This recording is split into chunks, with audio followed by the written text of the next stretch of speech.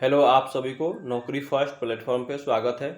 यहाँ जो आपके सामने जो नोटिफिकेशन और एडवर्टाइजमेंट जो दिखाई दे रहा है वो स्कूल टीचर की वैकेंसी है। तो आपने जो थंबनेल पे भी देखा होगा कि गवर्नमेंट स्कूल या फिर सरकारी स्कूल के लिए है, तो उसी की मैं बात करने वाला हूँ। तो टोटल जो यहाँ पे जो आज का जो वैकेंसी जो दिखाई दे रही है, इसमें जो total number of the post है यहाँ पे 600 है, यानी 600 पोस्ट के लिए आपका वैकेंसी निकली हुई है। और ये स्टेट गवर्नमेंट का आपका वैकेंसी है। तो इसमें कौन सा टीचर के लिए, तो टीचर में यहाँ पे देखिए जो मेनली आपका पीआरटी, जिसको प्राथमिक विद्यालय बोलते हैं ना हिंदी में, तो वहीं पीआरटी स्कूल के लिए है।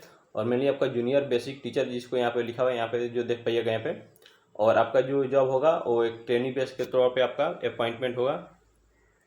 बहुत जगह ये ट्रेनिंग बेस पे अपॉइंटमेंट लेते हैं लोग, तो इस तरह से होगा। उसके बाद आपका जो सैलरी मिलने वाला है कंसोलिडेटेड होगा, फिक्स अमाउंट होगा 18,000, यानी 18,000 का पर मंथ आपको सैलरी मिलने वाला है। इसमें उसके अलावा अदर अलाउंसेस नहीं मिलेगा, क्योंकि आपका ट्रेनिंग बेस पे आपका इस रिक्रूटमेंट होगा। तो फिर भी ठीक है, एटलीस्ट बेरोजगार बैठने से अच्छा है कि यदि आपके पास योग्यता है तो इसमें अप्लाई कीजिए। और एक अच्छा बात है कि एक बार जो इसमें अपॉइंटमेंट हो जाता है तो आपको प्राइवेट स्कूल के जैसा झंझट नहीं रहता कि आपको मतलब फायर ऑन कर देंगे, मतलब आपको निकाल देंगे या फिर जॉब जाने का रहता है। तो इस तरह का से इसमें डर नहीं रहेगा। तो अब यदि आपके पास योग्यता है तो जरूर अप्लाई कीजिएगा। और आपका जो इस एकेडमिक एक सेशन जो शुरू हो रहा है, तो इसमें हर स्टेट से करीब करीब वैकेंसी कुछ ना कुछ आ रहा है। तो मेरे जो चैनल पर देखिएगा तो हर पर डे आपको कुछ ना कुछ वैकेंसी जो मिलेगा। तो आगे चलते हैं, इसमें थोड़ा बात करते हैं जो भी इम्पोर्टेंट इसमें, जिसमें यहाँ पे डिटेल्स जो पोस्ट के बारे में, जो भी एलिजिबिलिटी यानी योग्यता के जो आधार क्या रहा है, तो इसके बारे में बात करेंगे। उसके मोड ऑफ सिलेक्शन यानी चयन का प्रक्रिया क्या होने वाला है इसमें, टर्म्स एंड अदर कंडीशन जो दिया गया है। तो मतलब टू जेड जिसमें जितना भी इसमें जो रिक्वायरमेंट होगा आपको फॉर्म भरने के लिए, रजिस्ट्रेशन से आपको मतलब एग्ज़ाम दे करके सिलेक्शन तक का, वो सब का मैं पॉइंट टू पॉइंट बात करूँगा। तो आप लोग से छोटा सा रिक्वेस्ट, यदि आप चैनल पर नए होइएगा तो जरूर सब्सक्राइब कीजिएगा, ताकि आगे आने वाला जो भी नोटिफिकेशन होगा तो आपके पास पहुँचेगा। तो इस प्रकार से जो है, सबसे पहले यहाँ पे देख लीजिएगा आपका इसेंशियल जो क्वालिफिकेशन है उसके बारे में बात कर लेते हैं। इसेंशियल क्वालिफिकेशन में जो देख पाइएगा यहाँ पे, न्यूनतम शैक्षणिक अर्हता आपके पास क्या चाहिए, तो इन्होंने 4-5 क्वालिफिकेशन रखा है। मतलब इसमें से कोई एक आपके पास होना चाहिए बस। इसमें 10+2 आपका मेनली आपका पीआरटी में होता है ना, 10+2 इंटरमीडिएट, तो वहीं होना चाहिए आपका, इंटरमीडिएट होना चाहिए। 10+2 किसी भी सब्जेक्ट में स्पेशलाइजेशन की कोई बात नहीं है, चाहे आपका पास साइंस हो, कॉमर्स हो या फिर आर्ट्स हो, किसी में भी आपके पास इंटरमीडिएट होना चाहिए 50% मार्क्स के साथ। उसके बाद यहाँ पे जेबीटी, जिसको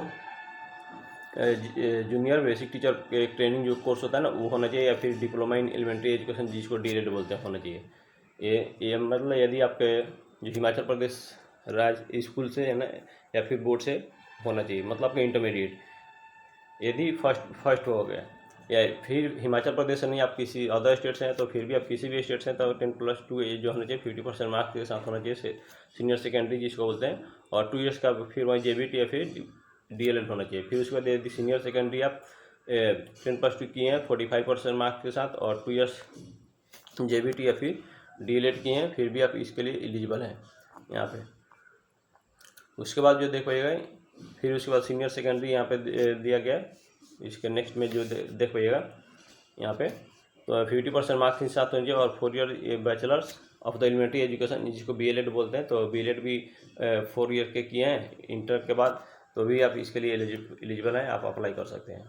उसके बाद फिर उसके जो नीचे जो देख पाइएगा यहाँ पे फिर वहीं वो बोला गया 10+2 के ही बात किया जा रहा है। उसके बाद 2 ईयर्स का डिप्लोमा यदि स्पेशल एजुकेशन में किए तो स्पेशल एजुकेशन वाले लोग के भी यहाँ पे चांस यानी अपॉर्चुनिटी मिल रहा है, तो आप जरूर अप्लाई करिए यदि आप स्पेशल एजुकेशन में डीएलएड किए हैं फिर भी, और इंटरमीडिएट किए हैं। उसके बाद जो देखिए ग्रेजुएशन किए हैं, जिसको बैचलर डिग्री बोलते हैं। उसके बाद 2 ईयर्स का यहाँ पे जेबीटी या फिर डीएलएड किए हैं, फिर भी आप इस एलिजिबल हैं। ग्रेजुएशन के बाद आप 2 ईयर्स का कोई भी डीएलएड किए तो, या फिर पोस्ट ग्रेजुएशन किए हैं, जिसको एमए, एमएससी, एमकॉम बोलते हैं। इसमें स्पेशलाइजेशन की बात नहीं है, 55% मार्क्स के साथ होना चाहिए।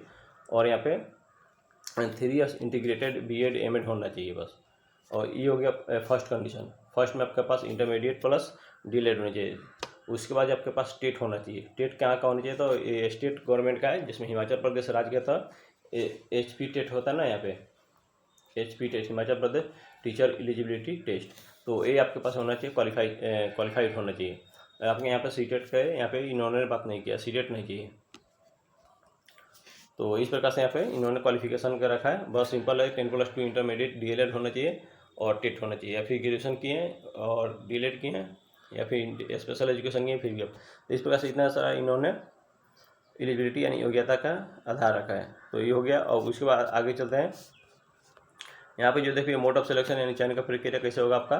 तो एक सिंपल सा टेस्ट होगा, एग्जाम होगा, उसके बेसिस पे होगा। मोड ऑफ सिलेक्शन जो देखिए CBT कंप्यूटर बेस्ड एग्जाम होगा, 120 मार्क्स इन 1.5 आवर। मतलब कि आपके 120 क्वेश्चन आपके 90 मिनट में आपको सोल्व करना होगा।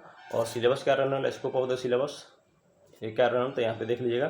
यहाँ पे 120 मल्टीपल चॉइस क्वेश्चन होगा। उसके बाद आपका प्रत्येक क्वेश्चन 1 मार्क का होगा। उसके बाद यहाँ पे सब्जेक्ट या फील्ड क्या होगा, तो आपका up to the level of the prescribed essential qualification, मतलब जो इसेंशियल क्वालिफिकेशन इंटरमीडिएट रखा गया तो उसी के लेवल का होगा। उसके बाद यहाँ पे एक में हो गया, दो में जाएगा A और B करके दिया गया। तो A में आपका होगा जनरल नॉलेज होगा, यहाँ पे कहाँ का, तो हिमाचल प्रदेश के साथ साथ, मतलब कि आपके जनरल नॉलेज होता है उसमें थोड़ा हिमाचल प्रदेश के भी कुछ रहेगा। उसके बाद करेंट अफेयर्स रहेगा। उसके बाद जनरल आपका जो साइंस होता है, रीजनिंग होता है, मैथ होता है। उसके बाद रीजनिंग, हिंदी, इंग्लिश जनरल जो है, मतलब सिंपल साधारण जो होता है वही है।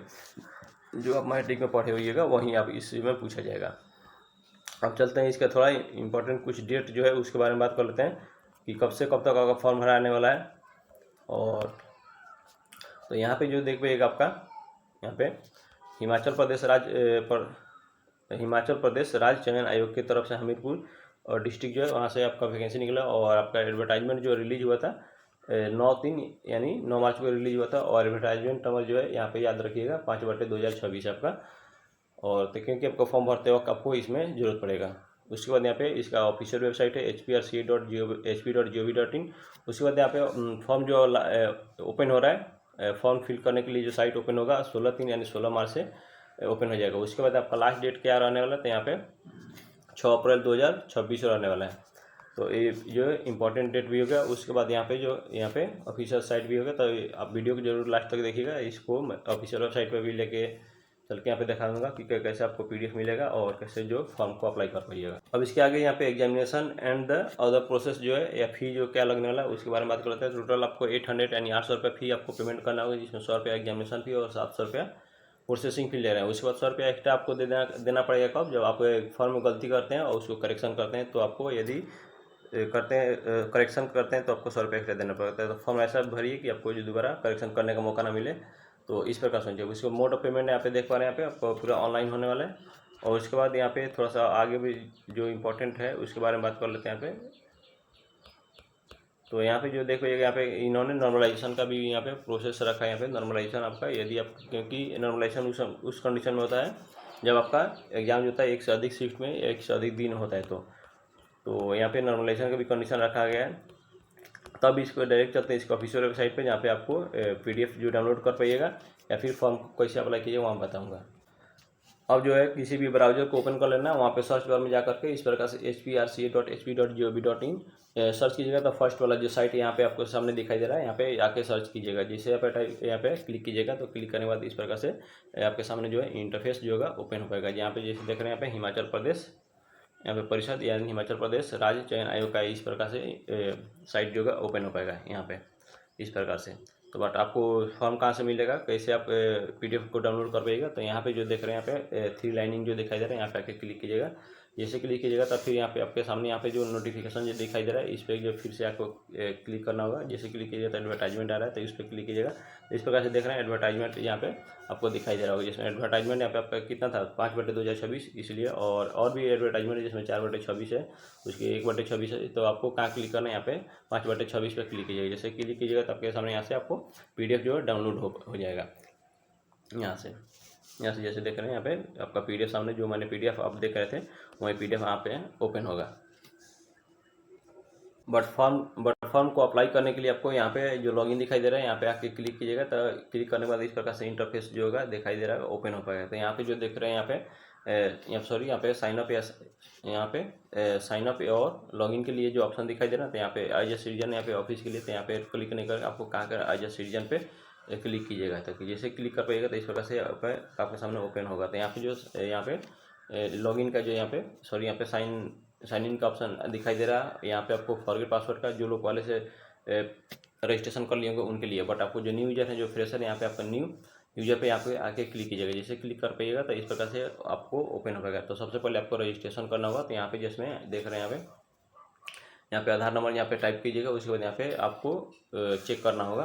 चेक कीजिएगा तो यहाँ पे चेक करने के बाद यहाँ पे आपके सामने जो OTP यहाँ पे गेट OTP का ऑप्शन दिखाई दे रहा है। तो यहाँ पे आपको से OTP मिल जाएगा, और जिस OTP मिलेगा तो आपको रजिस्ट्रेशन हो जाएगा। रजिस्ट्रेशन हो जाने के बाद आपको जो फॉर्म आगे नेक्स्ट जो फिल कर पाइएगा। तो इस वीडियो में इतना ही बताना था। यदि आप चैनल को अभी नहीं सब्सक्राइब नहीं किया तो जरूर सब्सक्राइब कीजिएगा। थैंक यू, धन्यवाद।